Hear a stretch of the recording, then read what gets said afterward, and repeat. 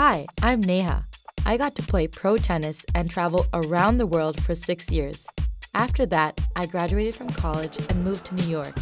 Through these awesome adventures, I learned a lot about the body, mind, and practical ways to improve myself. I'd like to share them with you. Welcome to Neha Shows. Hey tennis players! I want to show you today a few exercises that I used to do on the tour to help strengthen my rotator cuff and shoulder. Now we all know that we spend countless hours going forward and there's tons of G-forces and inertia bringing us forward. It's really important to focus on stabilizing the back muscles like the rhomboid and especially the rotator cuff. I've got a few exercises that you should do before and after you work out on the tennis court. So let's get started. The first thing you're going to need for these exercises is a TheraBand like this with 2 handles. Try to buy one of medium to hard resistance because this will stretch out over time, and as you get stronger it's going to be easier. So you want to start off with something that's a little bit more challenging, and I'll show you ways that you can make things easier and harder. The second thing you're going to need is a net post or a chair about a little bit higher than hip height. You want to make sure that when you're doing your exercises, they're just a little bit lower or about, shoulder height, maybe even a little lower. You can always bend down if you don't have the resources. So what you're going to do is you'll take your TheraBand, wrap it around the net post, or in this case, my bar stool, and make sure that they're even, just like this. And let's get started with the first exercise. Once you've got your band lined up like this, you're going to go ahead and take pretty good taut resistance, not that it's completely stretched, but so that the band is at least taut. You're going to keep your elbows sort of relaxed, at your sides, and think about, a jet skier when they're on this. They're just kind of, hanging on like this, doing whatever they need to do. We're going to extend, and then we're going to pull back. Very simple movement, very slow. Extend and pull back.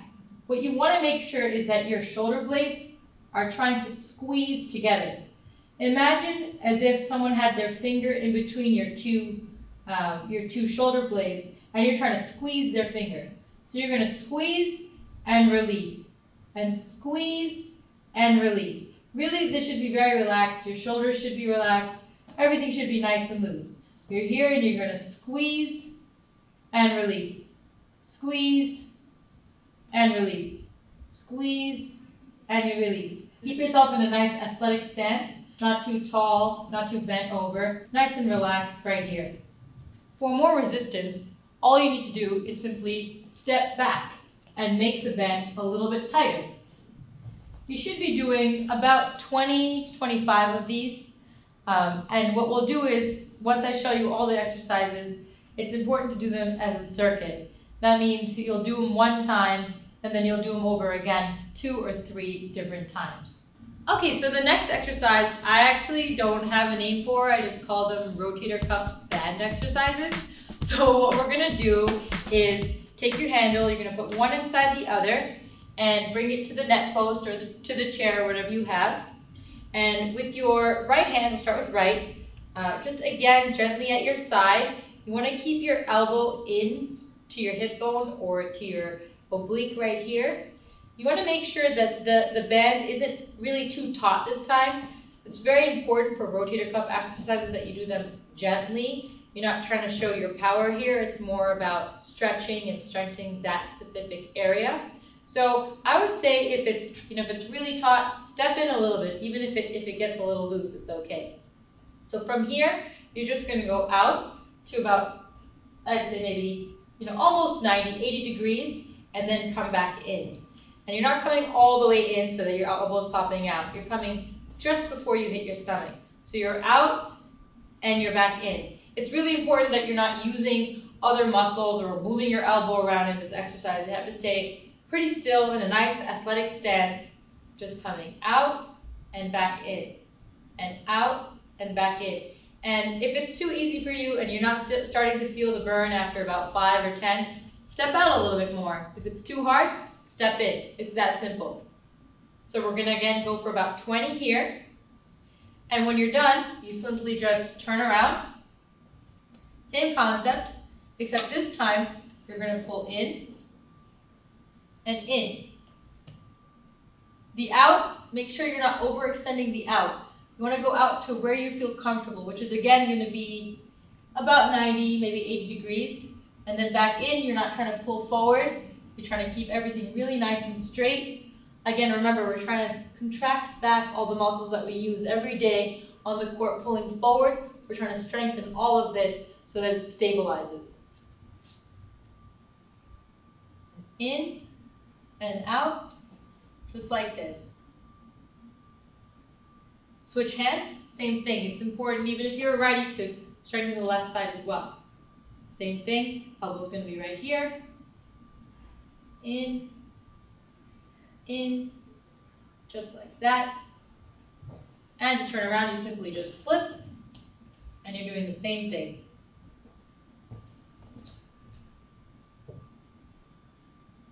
You may even notice that one side is stronger than the other. It's important that as tennis players, we try to balance out each side as much as possible. So the next exercise I like to call scarecrow, because you kind of look like a scarecrow when you're doing it.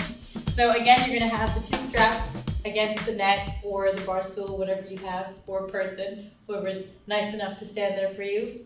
You're going to keep your elbows shoulder height. This is the most important point. At any time during this exercise, if your muscles drop, stop, start again. The whole point is to keep your elbows just like this, parallel to your shoulders. All right, so you take the band, and you're just going to go from here, up, back down, and up, back down, and up. This is really challenging. For me even, it's challenging. If you skip a week of this, you can already tell how much weaker you get. This exercise really helped my serve.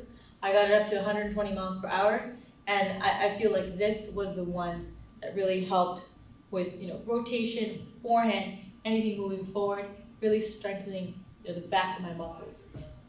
So here again, we're going to come here, and we're just going to go up and come back down. You don't want to come back too far. Just here is good enough.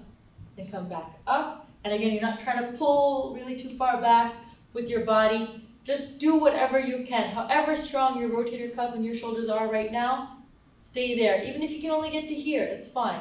If it's too tough for you, easy, right? We just move in a little bit. If it's too easy, what's the solution? Moving back. So the next exercise I like to call the Flappy Bird. This is for your entire back, your traps, your rhomboids, your scapula, and also a little bit of rotator cuff. This is a pretty easy exercise, and you might wonder why you're doing it. It's excellent for your posture too. But this is what's going to help you strengthen those muscles that help to stop the acceleration forward after you hit a forehand or a serve or a backhand. It's really important, again, keep emphasizing this, to strengthen those back muscles. So taking your band again in two hands, you're going to come at your sides, nice and relaxed. Keep your palms facing the back of the wall, so don't move them around, just nice back right here.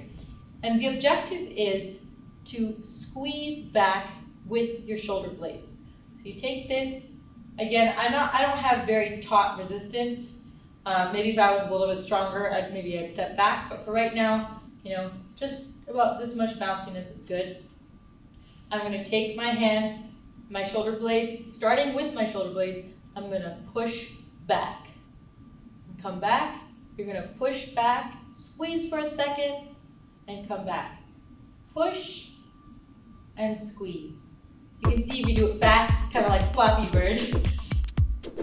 And you want to be careful here again not to wobble around. Engage your core, get yourself in a nice athletic stance, slight bend in the knees. You're coming here, your neck is straight, and you're just squeezing back. Squeeze the scapula back. Again, as if someone had a finger at your back and you're trying to squeeze their finger with your shoulder blades. So you're here, pushing back. You might feel this a little bit in your triceps too. That's great. I've always had very weak triceps, and this is really helping me as well. So the last exercise I have for you is strictly for the rotator cuff.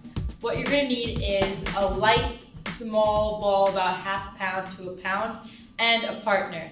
And what you're going to do here is get down on one knee, and propose. No, I'm kidding. So what you're gonna do is take this ball, again, back in our lovely scarecrow position, and you're going to throw this ball back. Your partner will catch it and gently toss it back to you. And again, you're going to come only from here. And you want to make sure that your shoulder's not too high, not too low, and it's not dipping anywhere. Keep it at a nice angle right here at shoulder, at shoulder height. And you're going to come from here and simply just throw it back. Have someone throw it right back to you, just toss. It's not a competition, but just make sure you're getting a nice action here. If the ball's a little heavy, you want to downsize. It's really important that you start light, even if it's a bit too light to begin with. It's better to go light than heavy and hurt yourself. I'm here, I'm throwing it back, getting it tossed back, again, here, and back. And this is really just isolating this entire rotator cuff. You might feel it after even the third one, might burn a little the next day, but you know that you're strengthening that, which is so important, so crucial for tennis players.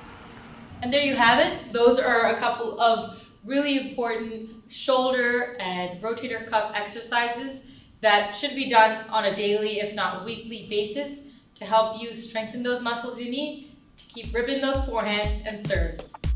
Thanks for watching, and if you have any suggestions, please comment below. I'd love to hear from you via email, Twitter, Facebook, whatever you can think of. I'm probably on it. I'm sure you can find me.